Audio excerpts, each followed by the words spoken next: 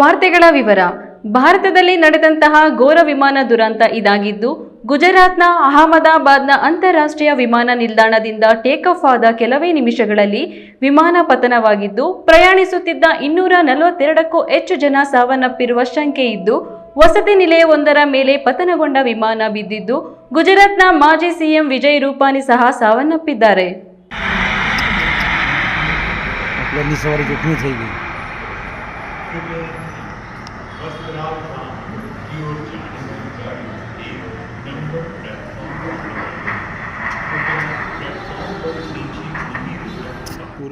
ಭಾರತ ದೇಶದಲ್ಲಿ ನಡೆದ ಎರಡನೇ ದೊಡ್ಡ ವಿಮಾನ ದುರಂತ ಇದಾಗಿದ್ದು, ಏರ್ ಇಂಡಿಯಾಗೆ ಸೇರಿದ ಬೋಯಿಂಗ್ ವಿಮಾನ ಗುಜರಾತ್ನ ಅಹಮದಾಬಾದ್ನ ಅಂತಾರಾಷ್ಟ್ರೀಯ ವಿಮಾನ ನಿಲ್ದಾಣದಿಂದ ಮಧ್ಯಾಹ್ನ 1:30 ಸುಮಾರಿಗೆ ಟೇಕ್ ಆಫ್ ಆಗಿದ್ದು, ಕೆಲವೇ ನಿಮಿಷಗಳಲ್ಲಿ ತಾಂತ್ರಿಕ ದೋಷ ಕಾಣಿಸಿಕೊಂಡಿದ್ದು, ವಿಮಾನದ 2 ಇಂಜಿನ್ಗಳಲ್ಲೂ ಸಹ ಸಮಸ್ಯೆ ಉಲ್ಬಣಿಸಿದೆ.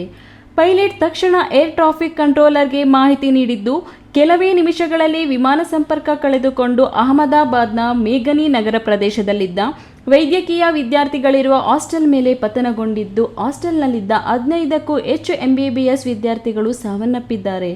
ವಿಮಾನವು 2 ಪೈಲಟ್ಗಳು, 10 ಕ್ಯಾಬಿನ್ ಸಿಬ್ಬಂದಿ ಸೇರಿದಂತೆ 242 ಜನರನ್ನು ಲಂಡನ್ಗೆ ಹೊತ್ತೊಯ್ಯುತ್ತಿತ್ತು.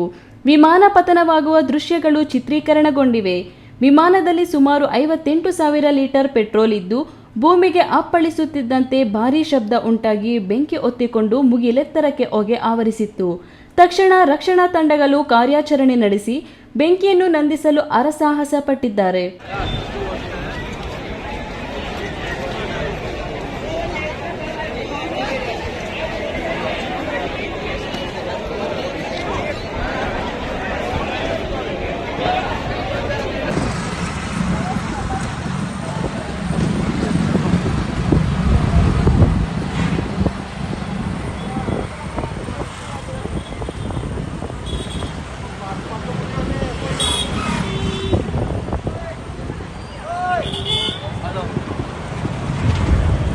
ગરમાવો આવો તો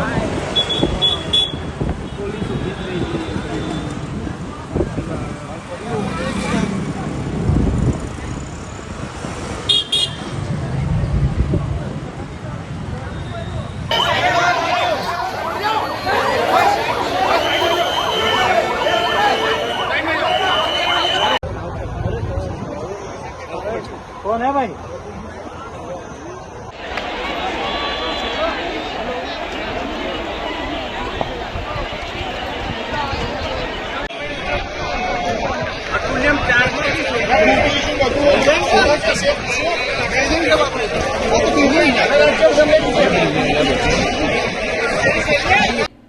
ಹತ್ತಾರು ಅಗ್ನಿಶಾಮಕ ವಾಹನಗಳು ತುರ್ತು ಸಿಬ್ಬಂದಿ ಕಾರ್ಯಾಚರಣೆ ಕೈಗೊಂಡು ಪರಿಸ್ಥಿತಿಯನ್ನು ಹತೋಟಿಗೆ ತಂದಿದೆ. ಈ ವಿಮಾನವನ್ನು 8,200 ಗಂಟೆಗಳ ಹಾರಾಟದ ಅನುಭವ ಹೊಂದಿರುವ line training captain Sumit Sabharwal commander ಆಗಿದ್ದರು ಮತ್ತು 1,100 ಗಂಟೆಗಳ ಹಾರಾಟದ ಸಮಯವನ್ನು ಹೊಂದಿದ್ದ ಕರ್ನಾಟಕವರಾದ ಫಸ್ಟ್ ಆಫೀಸರ್ ಕ್ರೈವ್ ಕುಂದರ್ ಸಹಾಯಕ್ಕಿದ್ದರು.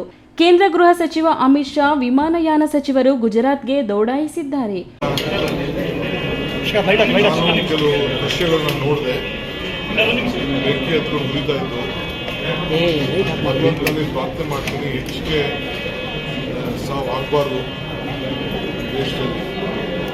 ಇದು ನಾನು ಅವ್ರಿಗೆಲ್ಲ ಭಗವಂತ ಆತ್ಮಕ್ಕೆ ಶಾಂತಿ ಸಿಗಲಿ. ಏನು ಹೆಚ್ಚು ಕಮ್ಮಿ ಆಗಿದೆ